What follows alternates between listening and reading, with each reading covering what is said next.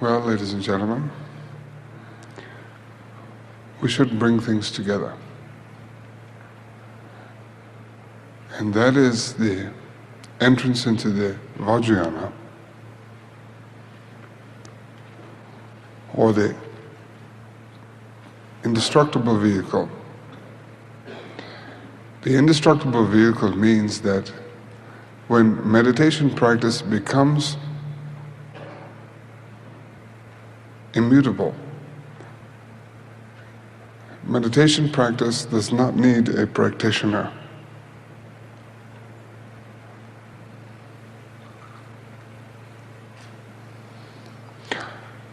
Which is a crazy idea, to say the least.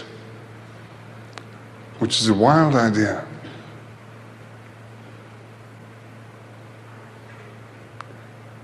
But if we actually go along through this path, it becomes obvious that intelligence by itself does not need any kind of echo.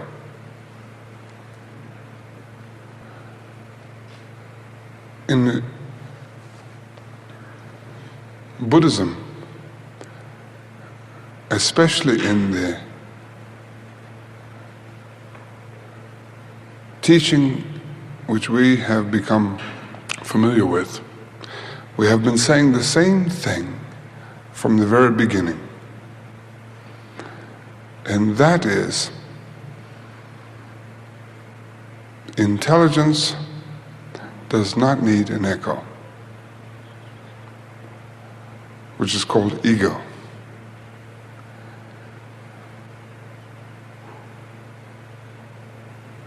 Intelligence does not need a critique.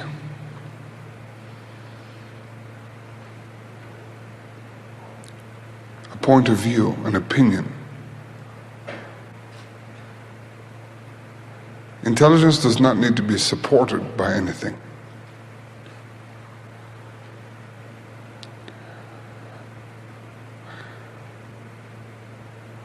Because we are confused, it is necessary to hear, it is necessary to practice, it is necessary to wear out the idea, the notion that we need some kind of confirmation about who and what we are. Having experienced the middle way, that is, having seen that all things, including oneself, have no substance whatsoever,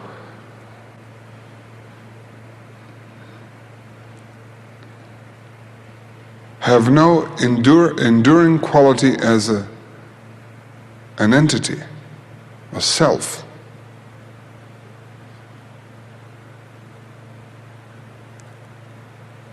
Having experienced that, we experience what's called shunyata, or the absence of a reference point, or just simple experience as it is. And that simple experience might be misunderstood without the proper meditative training. In fact, it is misunderstood universally. We could say that all beings experience shunyata with a reference point.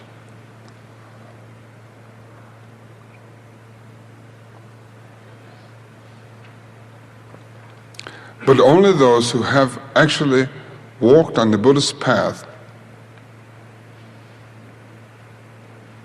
can come to fruition, come to some experience of liberation from a reference point.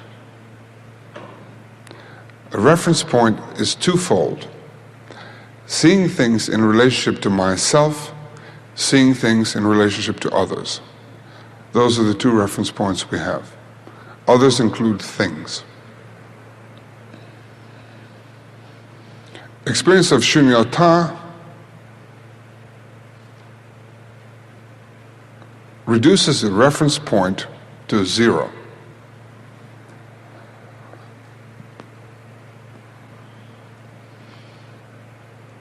And that zero, we could say,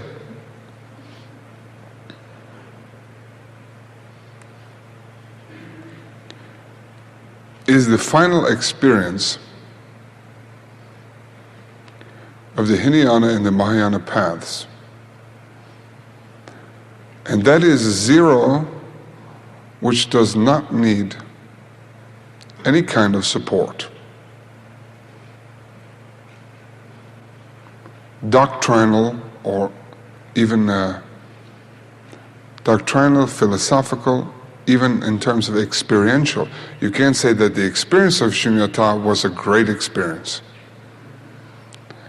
You can't say I had a wonderful experience of shunyata the other day.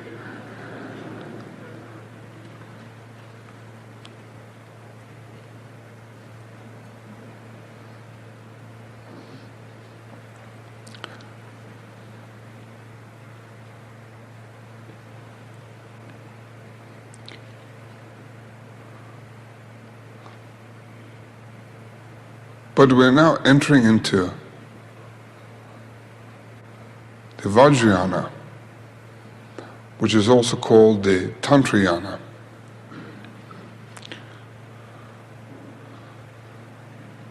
The immutable path, indestructible path.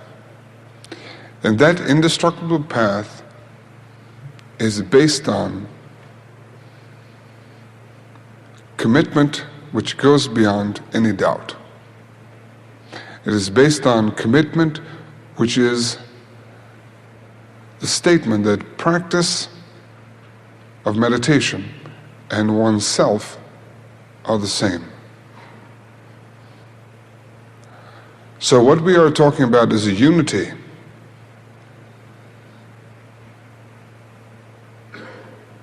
A unity of experience.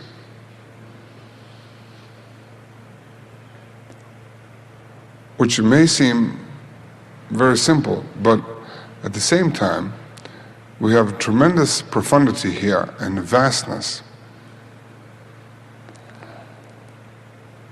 The simple statement is this, that the practitioner, what he or she practices and what the result is are the same.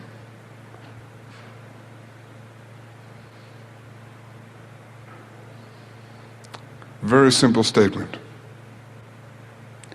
Which means also that there is no difference between the concept of self, the concept of activity, and the concept of the world.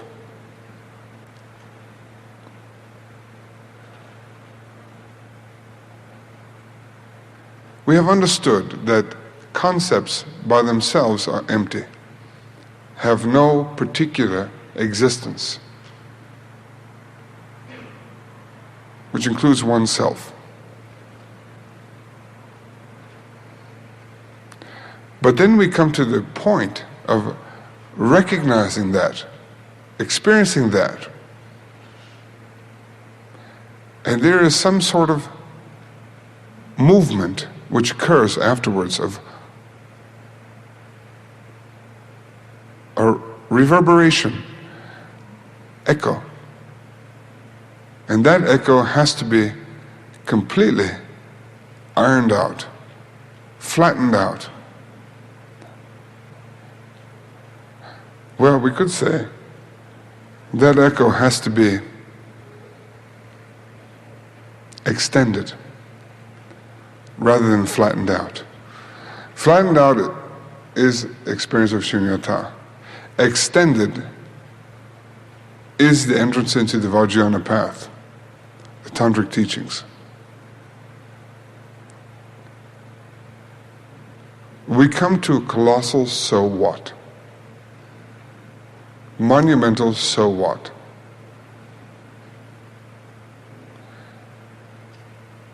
Not this, not that, nor both, nor neither.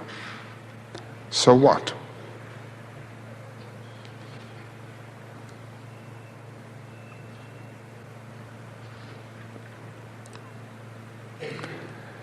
And still there is action.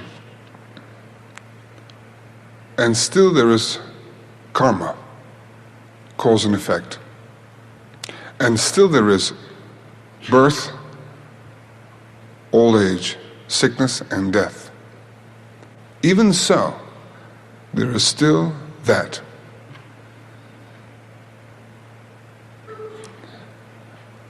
So what we come to in the Vajrayana is the development of skillful means, upaya in Sanskrit. Upaya in this case is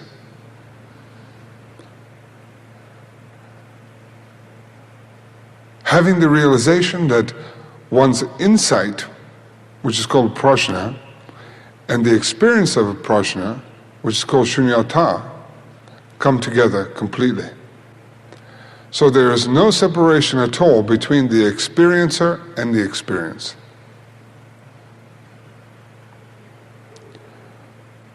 What's the point of saying that? The point of saying that is simply this, that enlightenment is not completely full unless a thing is a thing.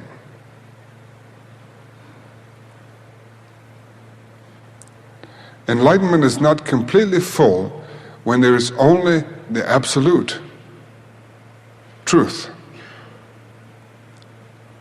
or only the relative truth.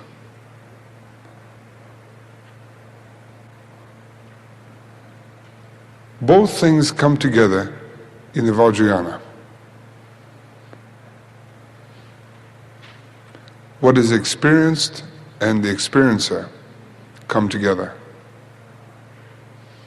And this is the unification of the teachings, the teacher and the student.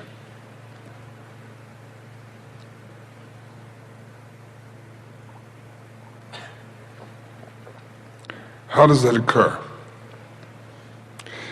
It occurs because shunyata, the experience of shunyata, is so all-encompassing, so flat, so complete, that whatever arises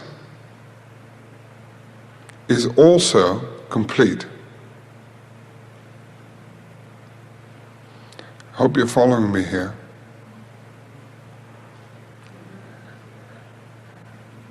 Do you remember we talked about last time the middle way? There's no self and no other. No existence, no non-existence. What does that point out? Experientially, it points out that everything, whatever there is in terms of existence, is completely one, full. Not full of anything, but full. Total is a better word than full.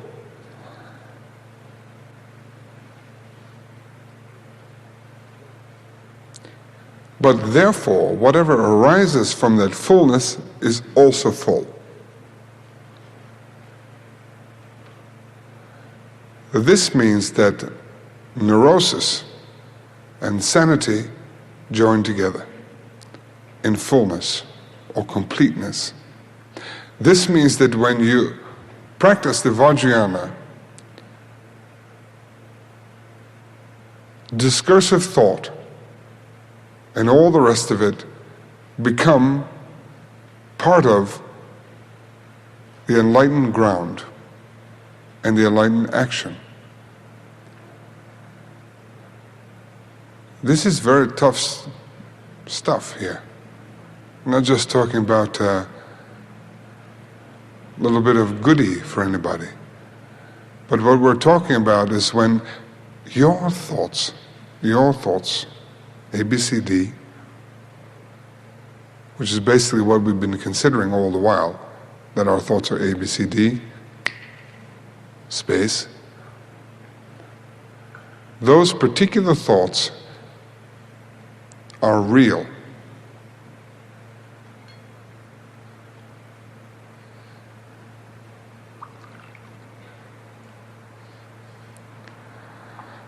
Those bodily movements, those emotions are real.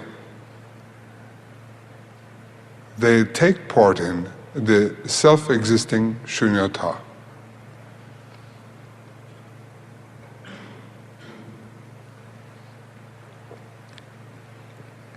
What we're boiling down to is a little bit of a pot, a little bit of a flame.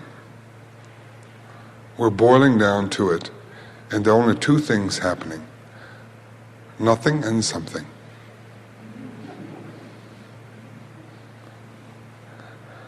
And it's very simple. Nothing is the background, something is the appearance. Something comes out of nothing and returns into nothing. So therefore there is no difference between the two. In fact, even saying that is slightly off. Therefore the two are the same, equal. When we enter the Vajrayana, we are talking about entering the path where all things, experiences, are regarded as equal, absolute or relative, neurosis or sanity, all take part in a self-existing totality, which is neither mind nor not mind. What we had so far, if you remember, is mind as such and not mind. Now we have the fact that we can actually experience, realize that both extremes are irrelevant. Mind and not mind. Absolute and relative. We going along here? It's very simple. Here it goes again. You feel all right. You feel good. Walking along. Meet your friend. Say hello. Hello, how are you? I'm fine. I heard about you the other night. Oh, yes? What did I do? You were quite drunk. Oh, I said, yes, I was. Well, good to see you again. Walk along.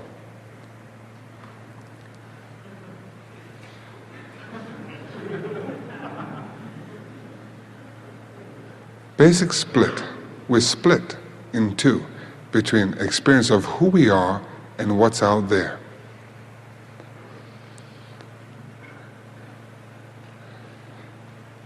In a Vajrayana,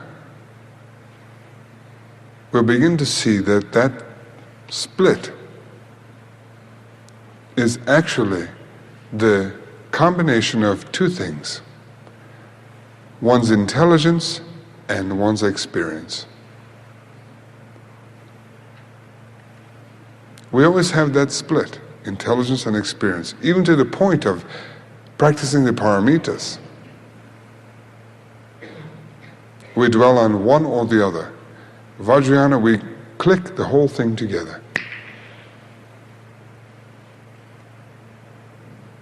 One's intelligence and one's experience are the same thing. And they are immutable, indestructible. They are the essence of meditation. They are meditation, and they are one state of mind at the same time. What happens?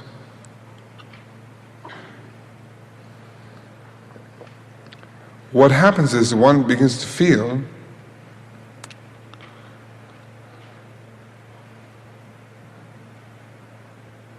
tremendous sense of great joy. One begins to feel it, you see, feel it personally. And that feeling it is not ego at that point. Not at all. It is the experience of emptiness which is great joy. Because there is no reason to hang on to anything, one's sense of self or other at all. Because one realizes that one's intelligence and the object of one's intelligence are the same thing, on the spot, simultaneous.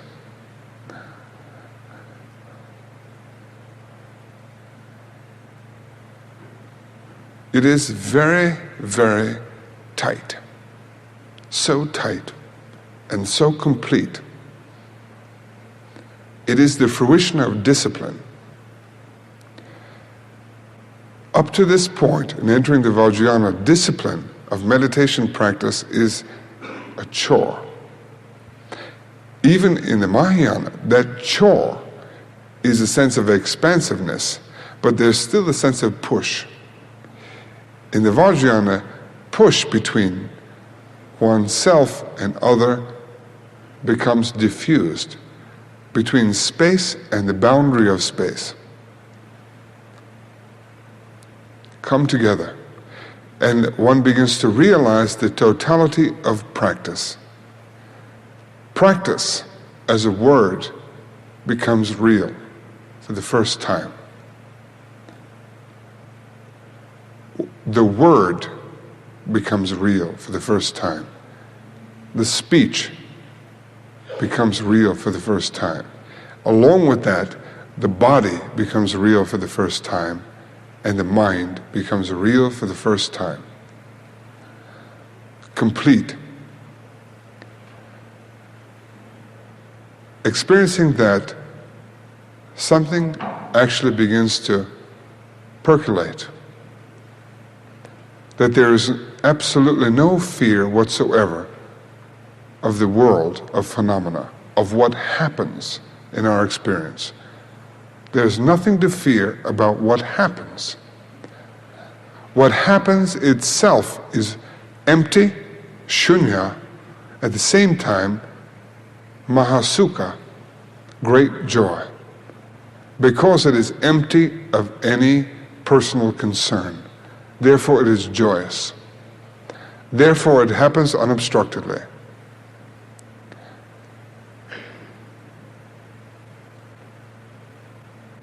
When that occurs, we begin to develop real devotion, what is called devotion. Devotion has been spoken about in every tradition from the beginning of whatever the beginning of is.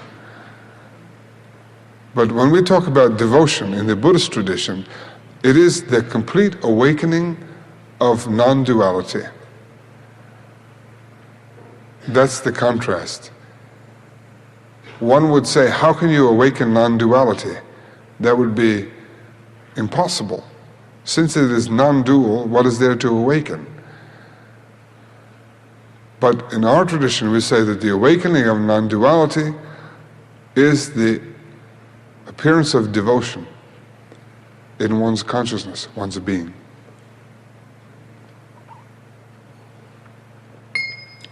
Devotion takes three forms. Devotion first to the teacher. The one who has expressed the sentiments, the teachings, which click with one's own experience.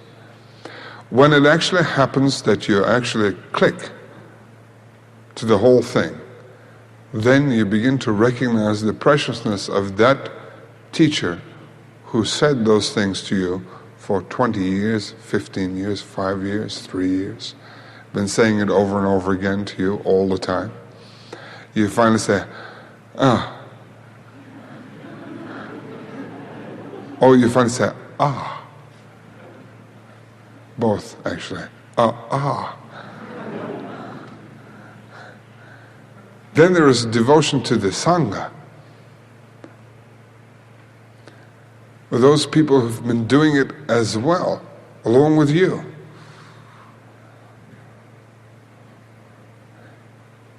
And devotion to the Dharma. The teachings that you have been so fortunate to receive. In other words, you become in yourselves a storehouse, a repository of all that which has gone before.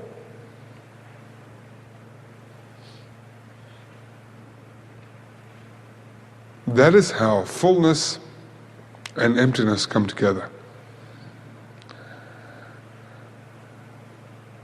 Guru is the Buddha. Teacher is the Buddha. Dharma and Sangha come together. Those three principles, which are one's own body, speech, and mind. Those three unite with those three, which is simply saying that when you perceive, it's continuous. You get it? Perceiver, perceiving, perceived. Continuous. No sense of separation. When the meditation practice becomes like that, tremendous heart develops and devotion develops in the student, that they are willing at once and finally to actually hear the essence of the teachings. They are willing at once and finally to hear the body, speech, and mind of the Guru, which is the fundamental expression of the phenomenal world.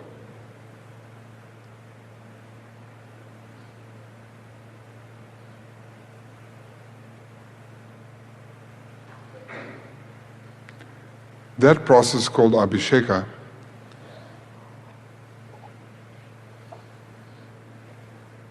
Sanskrit word, which means empowerment, or I think the literal thing is sprinkle and pour, anointment or empowerment. Willing to receive Abhisheka from the Guru, which means willing to completely surrender whatever ego there is. At that point, ego is not particularly a problem. It is, on the other hand, an offering.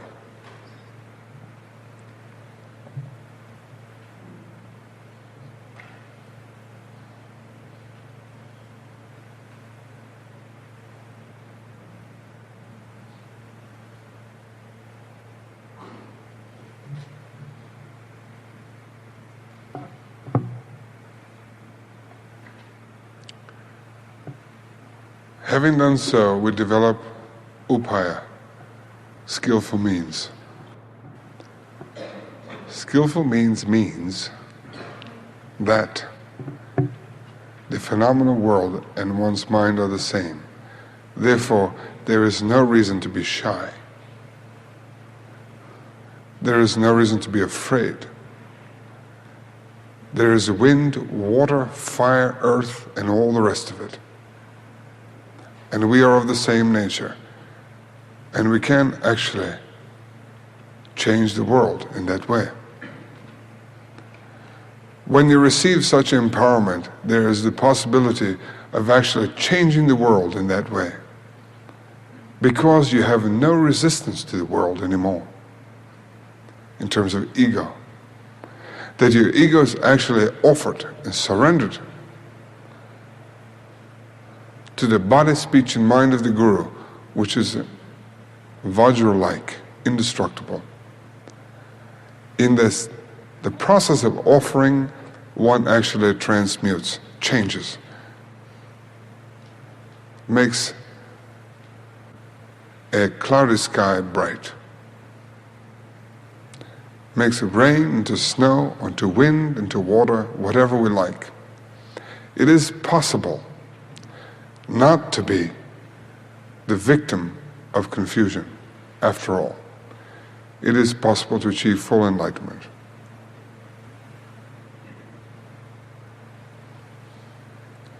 So we have these principles. We have shunyata, which is the absence of reference point. And we have the arising of experience in that space of non-reference point, which is compassion, which is skillful means, upaya. We have the indivisibility of the two, upaya and prajna. Prajna is that which sees shunyata. In other words, our inquisitive intelligence. Shunyata is our experience. The result is compassion, because we realize there is no point in making a fuss. In fact, beyond that, there is some point in creating a world. Realizing that, we have extreme sense of awakening, which is called devotion. Non-dualistic devotion is what's called awakening. Awakening produces the realization that the body, speech, and mind of the Guru is of Vajra nature, and that is inseparable from ourselves. Therefore, it is possible to actually transform the world and one's consciousness into the realm of enlightenment. We could have questions at this point.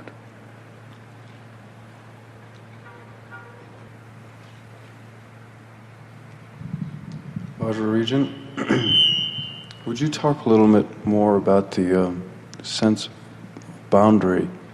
You spoke of space and boundary.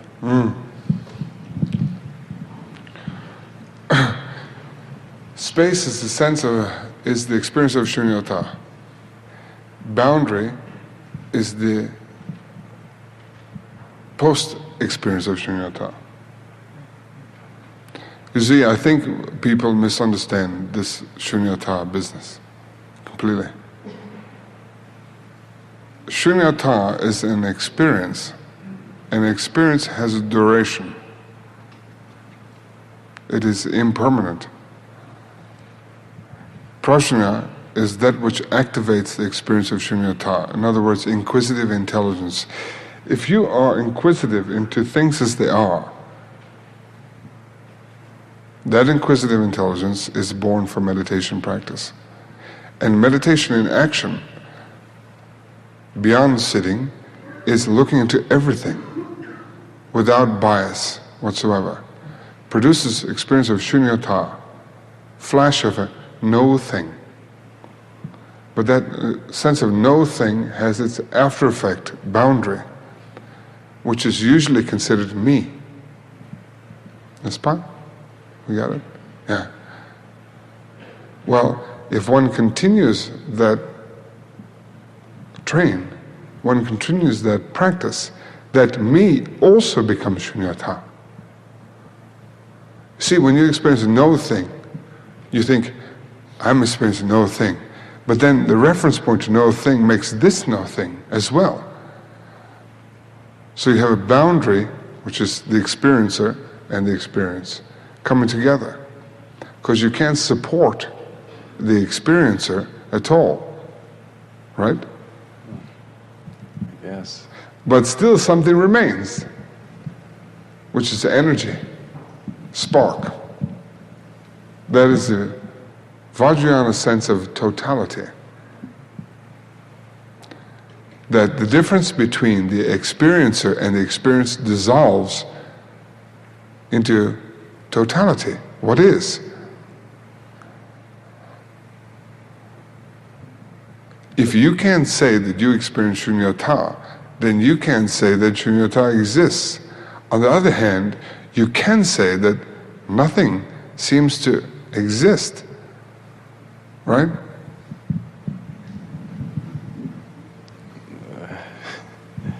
I don't know. I find that kind of hard to understand. Exactly. And that's what we mean by making one's neurosis as completely workable. Completely 100% workable. And that finding it hard to understand is itself shunyata. So there's absolutely no problem that you find it hard to understand. You see, you can do that. You can actually do that. Thank you.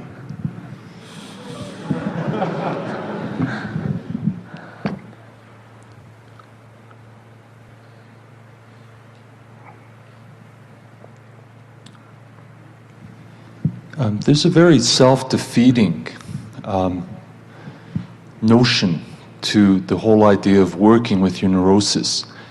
And that self-defeating notion is that you have to be healthy, because there has to be some part of you which is healthy to work with that neurosis. Right. How, in terms of change, what I'm trying to understand from your talk is that, well, if I understand you completely, there's nothing I can do. Nothing at all. Except realize that there's nothing you can do. Now you have two things happening there. We should get right down on this. First thing we realize is there's nothing we can do. And then the second thing we realize is there's nothing we can do.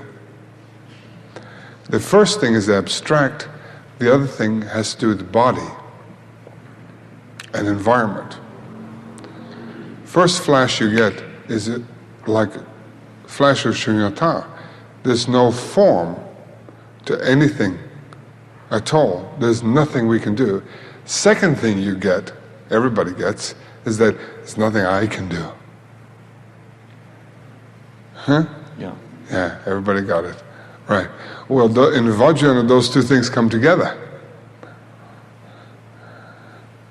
Nothing I can do as abstract, nothing I can do as concrete. You begin to realize that we're saying the same thing to each other, to ourselves. We're saying, nothing I can do, nothing I can do.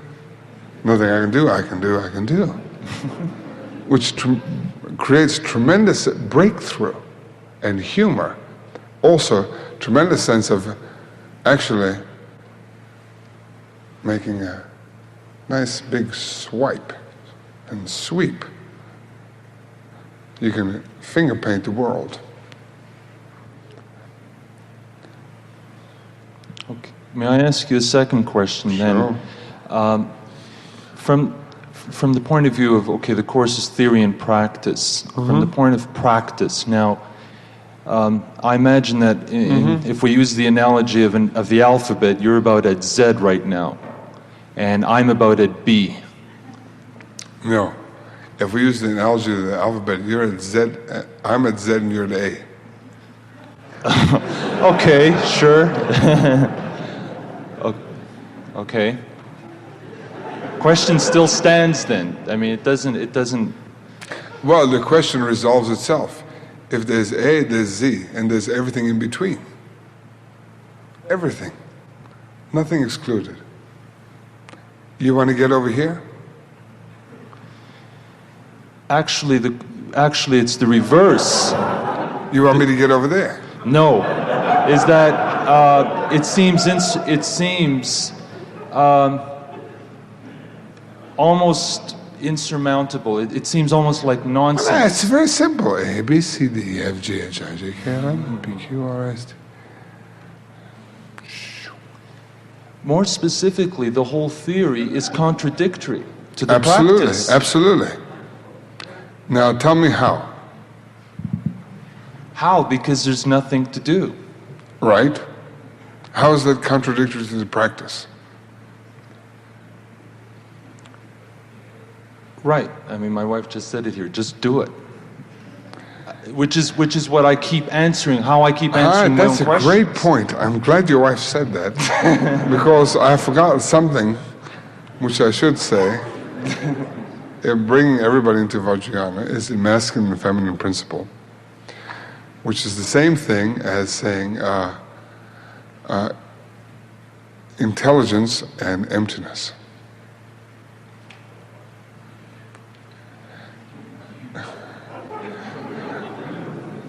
that those two join together. Your wife saying the wisdom thing, she said what you should have known already, right? And you clicking to that, what you knew already, because of the two things coming together, you and your wife, right? So it's the same thing as perception and perceived. It's the same thing as prajna and shunyata coming together. Penetrating intelligence, awakened by meditation practice, and the experience of that, which is shunyata. Listen, what I'm trying to say, everybody, is that at some point in one's practice, those two things are separate. At that point, it is necessary to go beyond. The two things come together. Penetrating intelligence and experience of that. We realize there's no separation. That makes what's called a sacred world. That makes what everything, every little detail that happens in the world as completely sacred, full. The same thing as saying sacred is full. Empty, full at the same time. What she said and what you said come together, create a question which is completely full and completely valid, sacred. Anyway, what were we saying?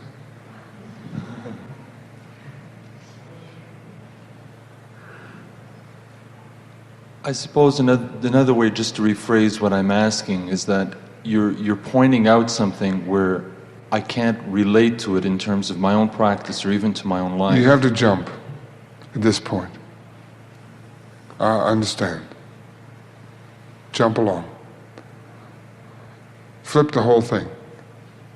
Flip it.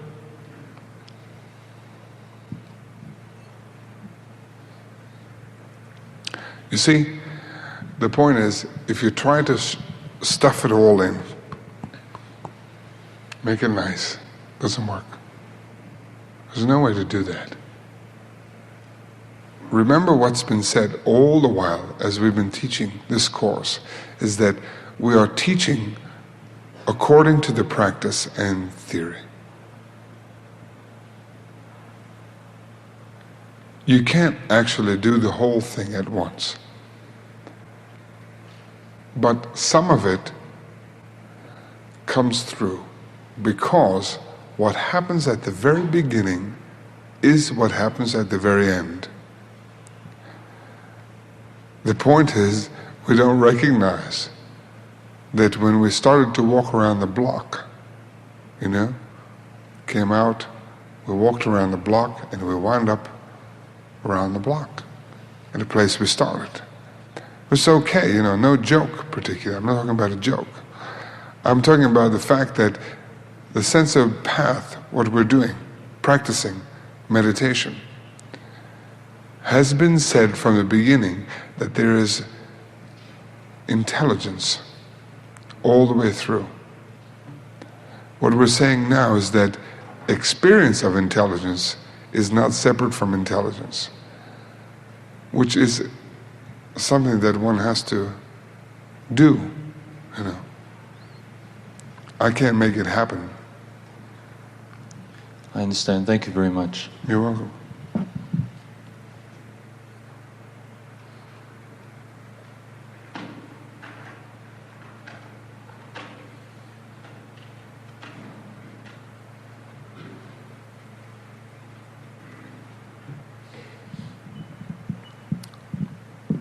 I'm wondering about what you said about entering the Vajrayana, that there is a commitment that goes beyond doubt.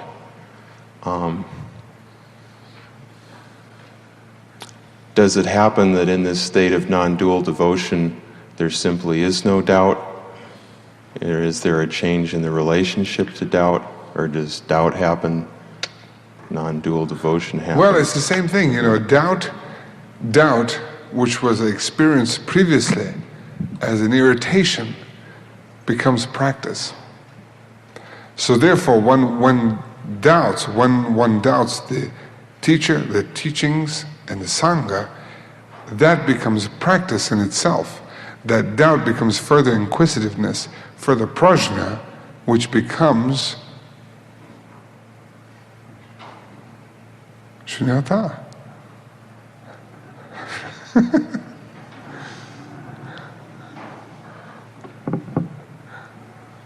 Happens to everybody. I mean, let's not get confused about the words. Think about it. You have a doubt, you look into it, you get a conclusion, and you get the conclusion as empty. It goes back around again. It's true? Not true? You tell me.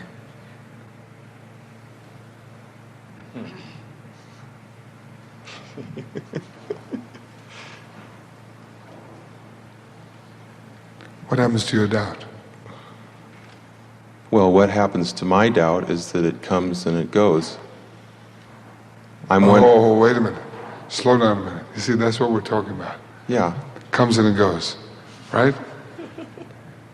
How does it get from one place to another? Well, I like the way you described it. I like it myself. Well, it's like what I experience is that I seem to have something happens that feels genuine. I start conceptualizing it. It gets bigger and bigger and bigger, and there starts to develop a tension between what I think I'm doing and what's going on in the environment. And then at some point it kind of, the gap gets too big. And then what? Well, that's where the doubting starts happening. There we have the point. That's what we're talking about here, ladies and gentlemen. That's the point.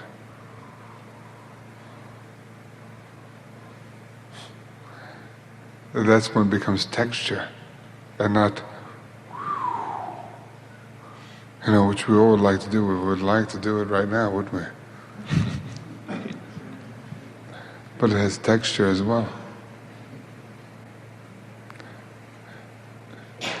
Doesn't it still, doubt seems to hurt though. Does it keep hurting? Or does one just appreciate it and dance around in it and, Depends on which one you're talking about. Which one? What do you mean one? A person. A person. Which person? A person. An enlightened person. How about you? Or me? How about you? That's what we say, How about you? The point is that when we come to that experience of meditation becoming full, completely full, we can say, how about you, without any discontent. And therefore, I can say, since you asked, that when it comes to that point, it seems to me that one's doubts are the same as space, except for the fact that there is experience. Now, experience in this case means some kind of echo, some kind of this, that, me, you, right? You said, what about you? I said, me? Do you mean me or do you mean you? Well, I could say probably a lot of things, 5, 6, 7 things. But let us suffice to say that I acknowledge the fact that you and I are engaged in mutual activity, which is real at this point.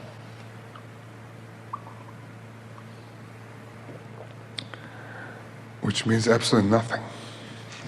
Everything I just said, absolutely nothing. On the other hand, we had a slightly good time.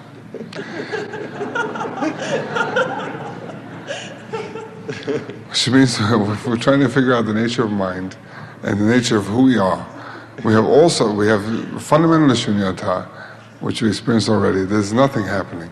And then we have something arising from it, which doesn't make any sense whatsoever. It doesn't make any sense. But on the other hand, it has a great sense of joy. There's no doubt about that. It has a great sense of joy. It has a great sense of appearance. So we don't have to be depressed about what happens in our mind. It just happens in our mind, like that. It just happens. It's fantastic. Magical. Sacred. That's what we call it in the Vajrayana. It's sacred, what happens.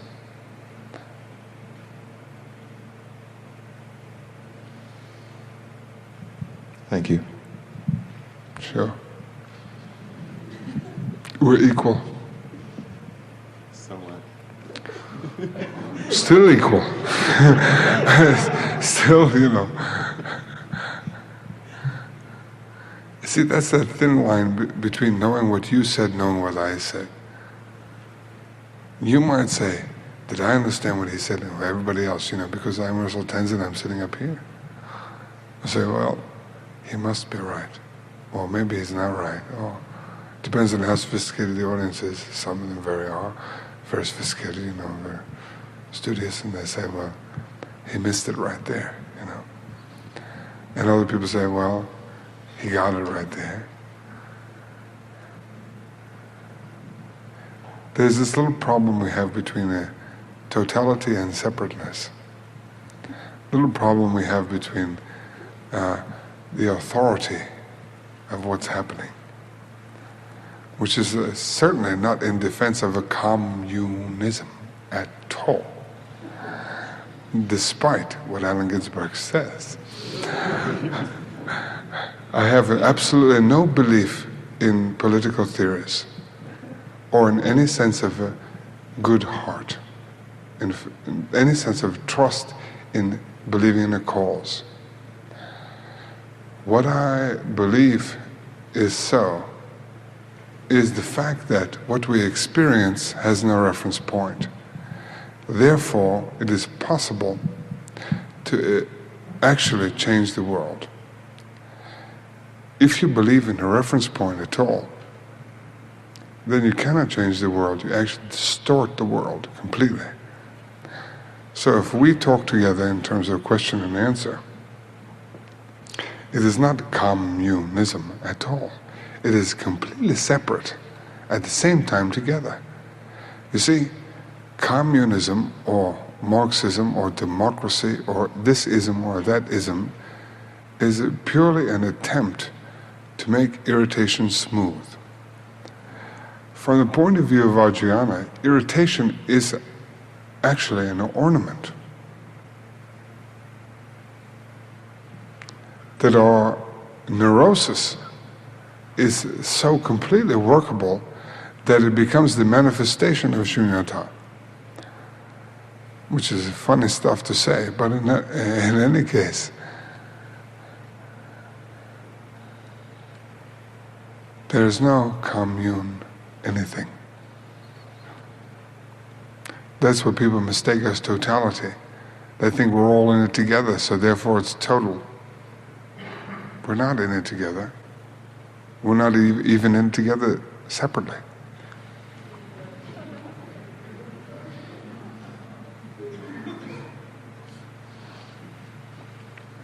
There's no choice in the whole thing.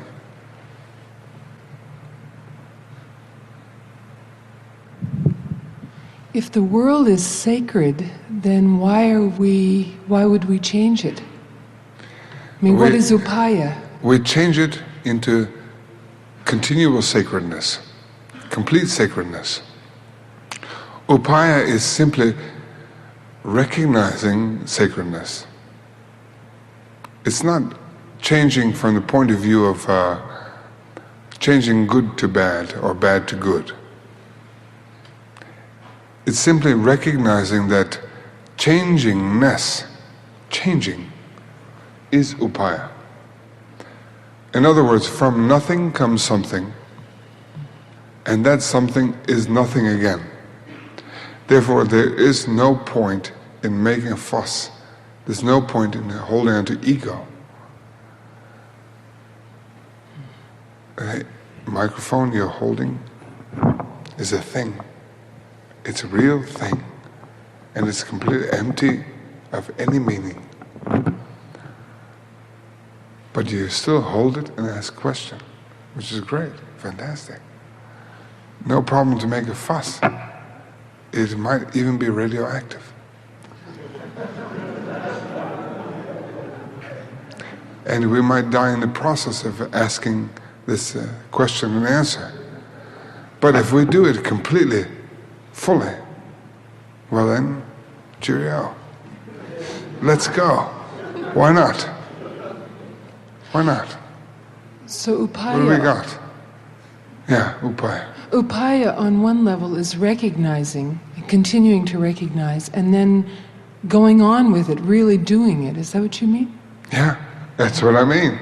You know, you do recognize a good point, sharp, absolutely sharp. You recognize it and then don't pull back, just go with it, go with it. This is a thing. The sound, hearing, smelling, taste, the whole sense organs are actually real. That's what's called Vajrayana. There's no point anymore in who I am or what this is. It makes no difference anymore. It is what it is. And if you move it away, it doesn't make a sound. If you bring it back, it does. And you know why that works? Because it's a shunya, empty of any kind of meaning, individualistic meaning. So we can actually do it that way. Well, don't get too excited, ladies and gentlemen. I'm not talking about any kind of jumping off a cliff or jumping onto railroad tracks or whatever. I'm simply saying that things are simple. Things are very simple. If you think you can affect the world, then you're mistaken. If you think you cannot affect the world, then you're also mistaken. So let us just simply do it. No philosophy. If there's philosophy, we're in a bad strait, absolutely bad strait. We have no point in living. You know, nobody found any purpose in living. There's no philosophy, you know, they say, I am this, therefore I'm this, then I'm this, I'm this, and I'm this, and I'm that. The only people who actually had any point of view is a Buddhist. And they say that existence is the same as space. What are the qualities of space? Non-dual. Yeah, we talked about that. Unborn, unoriginated. So therefore there's no purpose to being alive. What we're talking about now is, since there is no purpose to being alive, what's happening? Right? What's happening? Nothing's happening. But it's happening quite vividly. Therefore, we don't need to stop it. We don't have to stop anything that's going on here.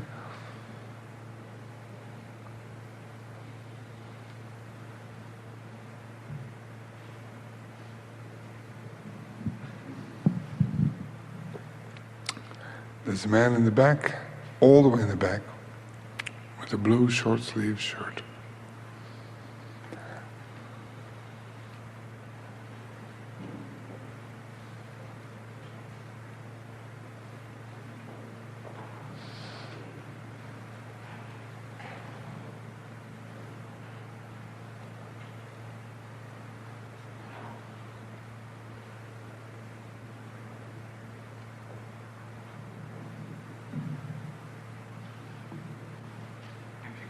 All your reference points, how do you choose a teacher? Oh, too late. Too late. You don't give up all your reference points and choose a teacher.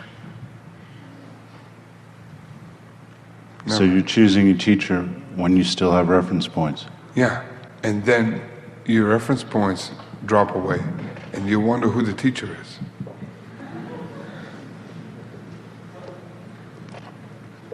I'm serious. So am I. You don't choose a teacher by giving up your reference point. I mean, let's be honest. You choose a teacher because something happens, which is a reference point. So choosing a teacher is just a matter of attraction. Basically, yeah. Basic attraction. You know what that is? Could you explain it? Sure. It's beyond thought. It's something that happens that you can't explain. And later on you explain it, which I've done for the past 5 years myself.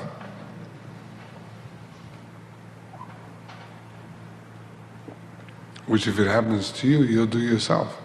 People say, how did you come to meet X22? Well, I was walking down the street one day.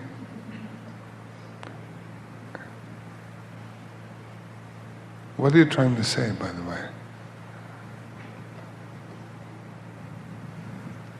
I think what I'm trying to say is that if you're making a decision about a teacher... Oh, you absolutely never. Forget it. Forget what? You never make a decision about a teacher. What happens? You fall in love. You can never make a decision about a teacher. You told me about 7 lectures back that there was no love. Did I tell you that? Uh-huh. You said there was only compassion. Well, there wasn't 7 lectures back.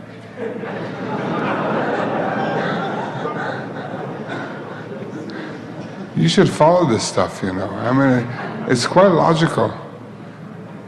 It is. It's quite logical. The only time you can ever fall in love is when you have nothing to hold on to as your personal possession. You can't find a teacher. You can't actually unite one-to-one with a teacher if you have your property.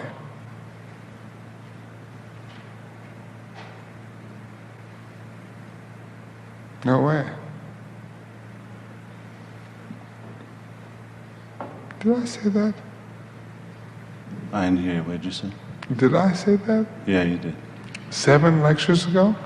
I only gave 3. How could it be 7 lectures? Last This semester. is the 4th one. Last semester. First part of summer, right? Oh, yes. What did I say? I read your quote, and I asked you what the Buddhist meaning of love was. And you said that since love didn't exist, we had compassion.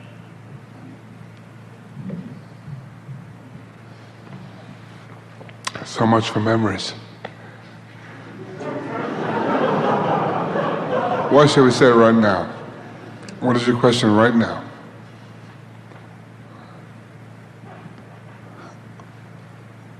Well, about the teacher. We're talking about the guru. Right. Teacher. Yeah, right. My question is that having to do with my personal experience in these particular teachings, there's a number of things which feel very right, and I'm not saying that I don't know where they're coming from. Maybe it's that bottom line thing you were talking about. It just feels like that's it. It's right there. And then there's a number of things about the situation in the community which feel very wrong. Oh, we're getting very complicated. We're getting very complicated. Let's start from number 1. Right. All right, go ahead.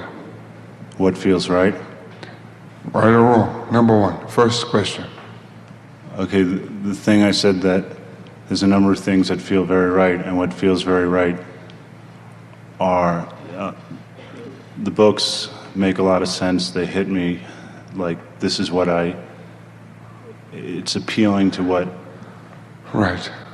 Whatever, I don't know. Yeah. It just feels like it's there. What's the second thing? Sitting feels like it's there. Sitting's good. Yeah, sitting's nice. Third thing. No third thing? It seems like there's really nothing else to do beside this. Ah. Ooh. Really? Really, every time I think about leaving this, or going away from it. It seems like there's more to it than that. I mean, look at all these people around you. Yeah, I'm just telling you my personal experience. That's what I'm telling you, mine as well. Look at all these people around you. Right. Yeah. Well, I'm not doubting all these people around here. I'm Who just, cares about what you're doubting? I'm just telling you, look at them. What's that have to do with number 1, number 2, and number 3? That's what has to do with number 1, number 2. You have good books, they say good things. Right. You have good practice, they do good things. Right. Then you have a good people, what do?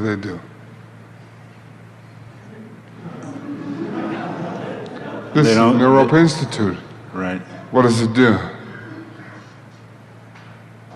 Well, the people and the situation doesn't hit me in the same way that the books and the sitting does. That's it. Well, we're trying to say that. We've been trying to say that all the while. And books first, sitting. Books is like learning how to eat from a spoon. Right. You put a spoon in the mouth. Sitting is learn how to, that you have a hand which goes on the spoon, goes in the mouth. Yeah. People is that there's not only the spoon in the mouth, but there's a bowl and somebody gave it to you, right? Somebody put something in the bowl. Then you eat it. And then what's called Naropa Institute, which is kind of like a big kitchen, where all the bowls are presented to eat. But it has nothing to do with what we're talking about tonight. I mean, tonight it's just, I'm talking about how you can cut your hair and lose your t-shirt and fly into space like Superman. What's the difference if I lose my t-shirt if I just substitute it with a 3-piece suit? No difference at all. So then why should I be interested in losing my t-shirt? I don't know. Why should you be? I'm not. Well, there we are. Fits well. That's good. Have a good time. Okay, thank you. Meet you next time. Gentleman in the front. Put up your hand because they won't see you. In the second row of the seated people. It's like a tennis tournament, the seated people. Are you afraid Of what? of me? No. You want to get closer? Sort of. Go ahead. I'm afraid. Of me? I have fear. It's Of me? related to you. Of me? I think so. I'm just... Well, let's look at me. What am me?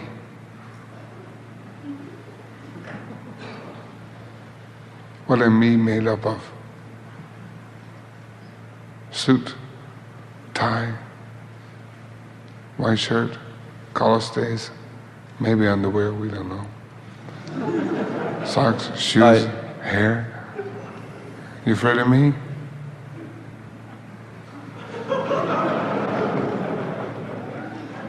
I'm beginning not to be. That's great. Well, likewise. So what is it? I wanted to know if you were afraid. No problem, no problem. Thank you. You're welcome. Anybody else? Behind you, dear. There he is.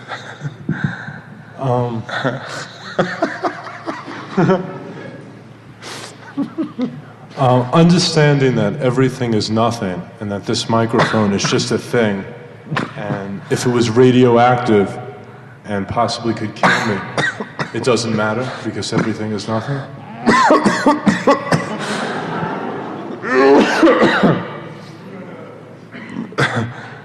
I beg your pardon. What's that?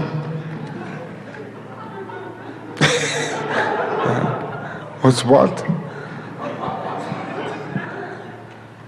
Yeah. There's radioactivity. Is there radioactivity in here? I don't know, but if there was, would it matter? I think we would die. Does that matter? To whom? To you? Me? If that microphone was radioactive, would you move away? Will I move away? Depends on how radioactive it was. Radioactive enough to kill you? Like a snake? Like a snake? Yeah. Say that was the cobra. Is it the cobra? No, it doesn't look like a cobra. Then I probably would move away. If it was a cobra, I would move away pretty fast, you know. Or any snake, you know, might be a garter snake. I would move away. What's that, radioactivity?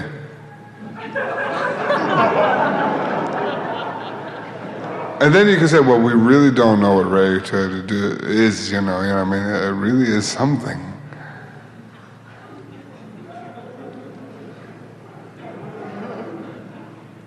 I don't know if it's something or not, do you? What is radioactivity? Do you know what radioactivity is?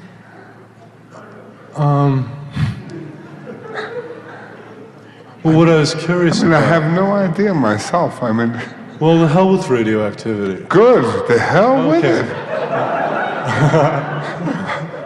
My question is to the fact that if you know something is bad... Wait a minute.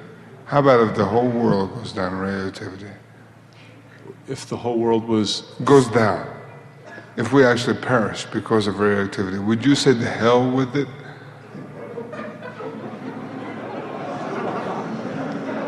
Well, you know, if that's what was happening, I'd probably have no choice. Oh, yeah. How about the Yankees lost yesterday?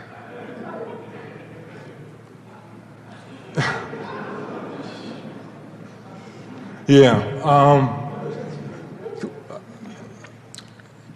If that was what was happening, somebody here could get up in the audience and say, the radioactive level in this room is so bad that we are actually going to die in about 45 minutes. You'd run like a bat out of hell out of this room. Before you said it didn't matter.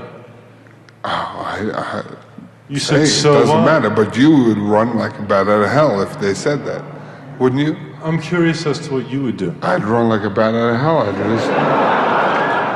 Before you said it didn't matter. It still doesn't matter. I still run. If it doesn't matter, why run? Because that's why. Because it doesn't matter. Let's run if it doesn't matter. Let's run. What the hell are we making big deal out of it? Wait, so that you value your health? No, who cares about that? I value the run. If somebody says you're going to die, let's run. I mean, look, let's get very serious about the whole thing, ladies and gentlemen. If you can, at this point. You think you're alive, right? And then you think you don't. You think you're alive and you're not. You think it's good and you think it's bad. What's real? Is the radioactivity level in this room real? Or is it real at Rocky Flats? Where is it really real? Where is the really real part of who we are? Here, or Rocky Flats, or in the newspaper, or on the TV? Is it Pele retired from soccer? I mean, what's real? You know, the dollar has dropped. We've risen up our inspiration. Tonight, what's real? Let's get with it. What is real? All right, now what is your question again? About the whole thing, We're going to run out of here very soon because I'm going to finish with this talk and I'm going to run the hell out of here. What's your question? I seem to get the impression before that, to me, if someone was aiming a gun at me and about to shoot, it would be a very real experience that it would... then you'd be dead if they shoot. Right. Right. And I would duck. How could you? It's too fast. Don't be so silly. Well, if I had Don't the be so chance silly. You know, the son of a bitch stands up and shoots you in the head, you're dead.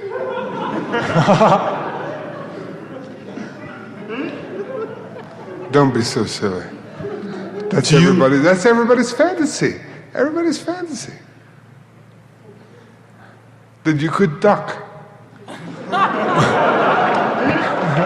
I mean, forget it. You know, it's like you're going to get rid of the radioactivity in rocky flats. You're going to duck, and the whole thing. You're going to get shot in the head.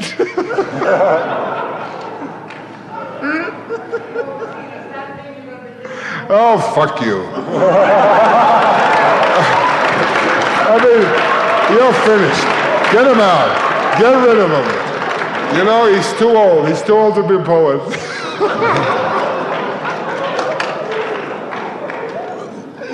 Regent. Yeah, what? Hi. The reason Regent is still here. Are you still here? Absolutely. That's good. Yeah. The Are reason, you? and the reason I'm here is because I've learned how to duck. Yeah? I learned not to jump Really? out of. Yeah. Really? Yeah. Someone told me if you jump out of an airplane, you get hurt. Forget it. Oh, that's not true. Forget what they told you. You can't duck. You can only stand up straight. Sit up straight. Yeah. That's it. Like a meditation posture. Right, but if I did this in the ocean, I would drown. If you did it in the ocean, you would be extremely stupid. That's what I'm talking about. Is that what you're talking about? You're sitting here on a bench. Basically. Why are you talking about doing it in the ocean? Well, basically. I mean, on one level, you seem to be. Listen, we don't want to get this too far. Everybody's having a good time. And I hope you all donated the money to Naropa Institute. What? Well, on one hand, when it's convenient, you seem On to one be... hand, we are talking about what's called shunyata, which is the fact that you're sitting on that bench thinking you're in the ocean is valid. All right? On the other hand, we're saying that you're actually on the bench. And you have a question which brings the two together. Now, please ask me something sane. Please, don't laugh. Let's get to it. What do you want to say about being alive? Don't ask him, about being alive. Well, just say something to me. I'm sitting up here like whoever I am, you know. Well, being alive seems to be an important thing to me, and I watch. Why? Just tell me something about being alive. Never mind seems to be. Just ask me something if you want. If well, not, it seems like the longer I'm alive, the longer I have to realize who I am. And that's very important to me. And it seems that if you do things that are harmful to your body... How long have you been here in this Naropa Institute? About a month. I see. Yeah, and it seems like if you do harmful things to your body, it will stunt your spiritual advancement. Well, you find out what your body is. Well, I understand my body to some extent to know that if I put a knife in it, it will bleed. How do you know that? Did anybody put a knife in it? Sure. Yeah? Somebody did? Yeah, I did by accident. I saw blood come out. Oh, where? It hurt. Your fingertip? Excuse me? Never mind. I'm curious also as to if there is a reason as far as the teachings, or if there's no reason why you and both Rinpoche. Come on. You know, I'll tell you something. I'm a very impatient fellow. That's too bad. Patience is a virtue. It's really too bad. Extremely too bad. But let's get on with it, you know. Forget it. Somebody else, please. Well, why can't I ask my This question? gentleman over here. Because you're full of shit, you're not saying anything. Threatening. It's threatening to you. The blonde hair. What's this? Get rid of that microphone. Turn me off when it's threatening. Yeah, turn him off. Get rid of it. He's not saying anything. Get rid of that microphone. Get rid of it. Did you get rid of it? Because you're full of shit, shut up. Yeah, but I'm talking over here and you're not. You didn't say one thing the whole time. You didn't say one thing the whole time. You have nothing to say. You have nothing to say. You have nothing to answer, obviously. That's right, because you have nothing to say, so shut up. I have... Okay. You shut up and I'll shut up. Hello. I have just one question, and that is what you're saying that... Getting horrible echo here. It's all right, everything's fine. Okay. That was him. That reality is nothing but what you feel. No, that's not what I'm saying. Okay. Then I'm misunderstanding. Yeah. Okay. Reality is nothing but what you feel and what you don't feel at the same time. Okay, I see that. It doesn't really matter. It's just It what does really, exists. No. It does really matter. Get rid of him. You know, burn him up. Light a match to him. Could you elaborate just a little bit on that for me? I did, I think, Okay. that the point of view of emptiness, which is not actually experience anything as oneself or other, is what's called shunyata. Simply experiencing. Simple experience. Okay. That is one simple experience. And then there arises from that a sense of echo, or a sense of a kind of a boundary of that. And that is what's called fundamental ego, that we take that boundary to be something. In Vajrayana we bring the two together, which is neurosis of being insulted like that gentleman in the back, or like me over here, which is the same thing. He's saying to me, I'm saying to him. Okay, now with And you this, bring it together, which is space of answering your question. Has nothing to do with him or me at this point. Has to do with you. So you bring the two together, and you have a clear seeing and space at the same time. would that boundary that you were speaking of, would that constitute a relative point? Yeah. The boundary is a relative point. The sense of oneself is absolute point. Oneself is nothing. Boundary is something. You're just floating in the boundary, essentially. Oh, come on. Well, No, don't do that. that's You don't that's float the in the way I boundary. interpreted it. You can't float in the boundary. Okay, well, in essence, you're, in... Boundary means boundary, like this is Czechoslovakia. This is, you can't float in a boundary. Boundary means like, this is my leg, right? This is the leg. Right. How can you float in a leg? You say, this is the leg. I got a leg, I got a hand which grips a mic. Then you say there's a mic, right?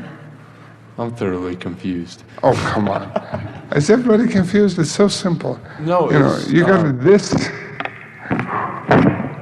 Right, I mean, the whole thing is here, right? It's all here. right. Oh, what is it? What's a mic? It's a mic. Yeah, but are you going to go through there's this wire mesh in between this, and this. Are you going to go through that? You don't want to do that. I'm just going to say it's a mic. You're going to say it's a mic. It does what it does. It does what it does. Right. Okay, Yeah, right? so an experience just does what it does. The mic, right? Well, any experience that you Any go through, experience. it does what it does, and that's all that there is to it. Including you, right? That's correct.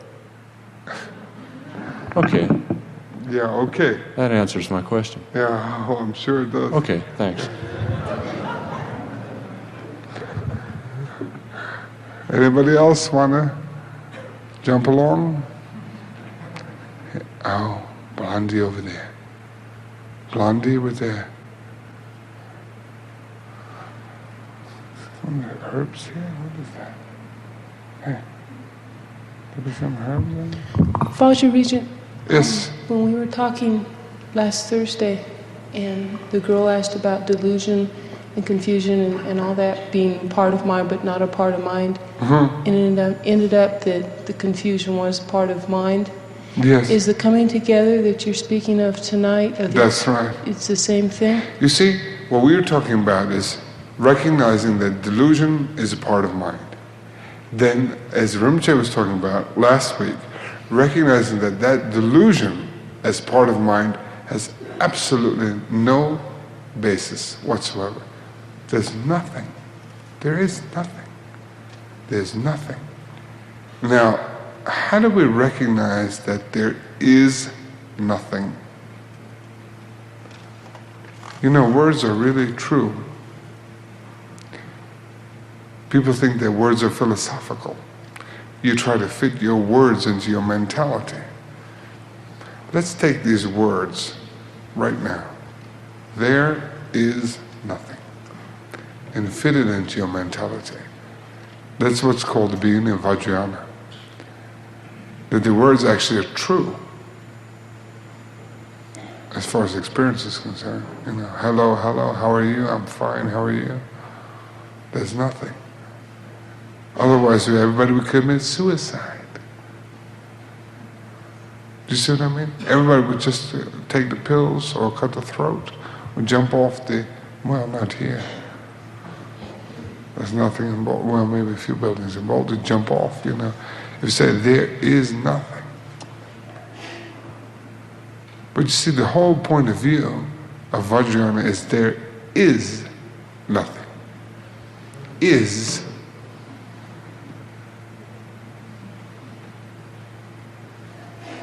Are we talking about anything at all? Are we talking about anything? Better hurry up because I'm fading out. Okay. What about the tracks? You think the radicals out there? You think if you're going to the tracks? Stuff it. You think all the road will be radicals? Stuff it. Stuff it, Gregory. You don't know what you're talking about. Stuff it. They had the clubs there, man. Stuff it. That's because you were there. That's why they had the clubs.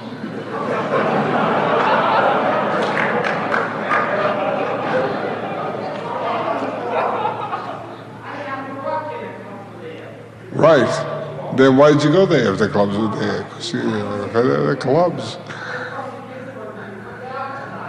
I didn't put anybody down tonight. No. No, I didn't.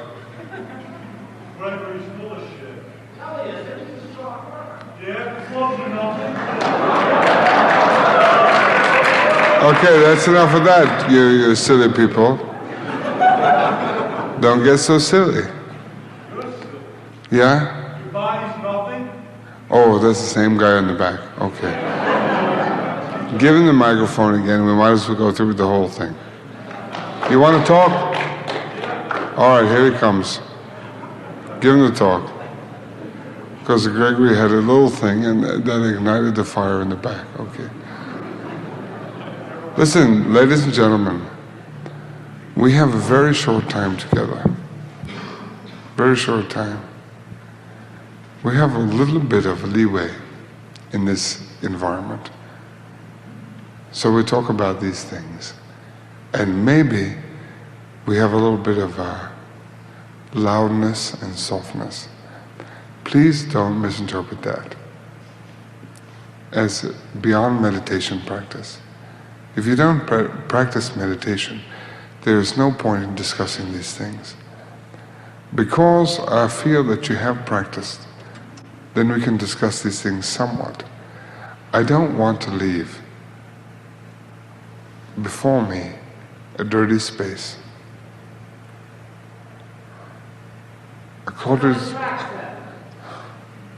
That's what I'm talking about. That's why I don't want to leave a dirty space. That's why I don't sit on the tracks. I have before me an excellent person who is to speak, as you have heard. I don't want to leave a pile of shit, which nobody knows is shit or not. What do you say, sir? I understand that everything is nothing as far as the ego mind. Now wait a minute, please. I'm getting carried away. I understand. My question to me seems very to the point, very simple. What is the problem with you? I understand everything is nothing where the ego is involved. Where the ego is involved, everything seems to be something. When you lose your ego, everything is nothing. It simply is. You're looking at me, right? Excuse me? I'm sorry. Is that true? What? When you lose your ego, everything simply is. Something and nothing are both the same. Right. Your body isn't related to your ego. Your body is. Why do you find this amusing? Because I can't answer you anymore. It's the end of it. Why? I mean, if you can't answer me, it must be something blatantly stupid about my question, which I'm not It's saying. blatantly stupid about me as well. Cheers. You think so? You think so? Well, you know, I mean, you're not answering my question, so How either we're can both stupid. I actually can't. Why can't you? Because I really don't know what's happening, the whole thing, you know. You say that something about body? Say it again, please. Your body houses your mind. Does it? Right now it is. How do you know? I see it. See your body housing your mind? Well, I see a mind manifested a mind? into speech coming out of the body. Come on. I'm going to leave in about a few minutes, but I would like to know the description of the mind that you see from your body.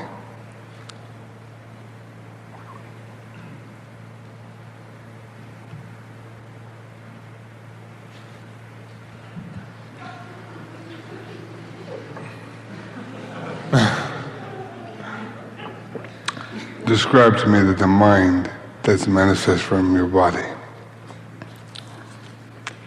Just describe it to me. Well, actually, I understand consciousness to not be dependent on your body. But the point is you have one right now. And all I was trying to find out... Who does? All I was trying to find out was if it should be looked after or not, if it matters or not. Look after it. Why?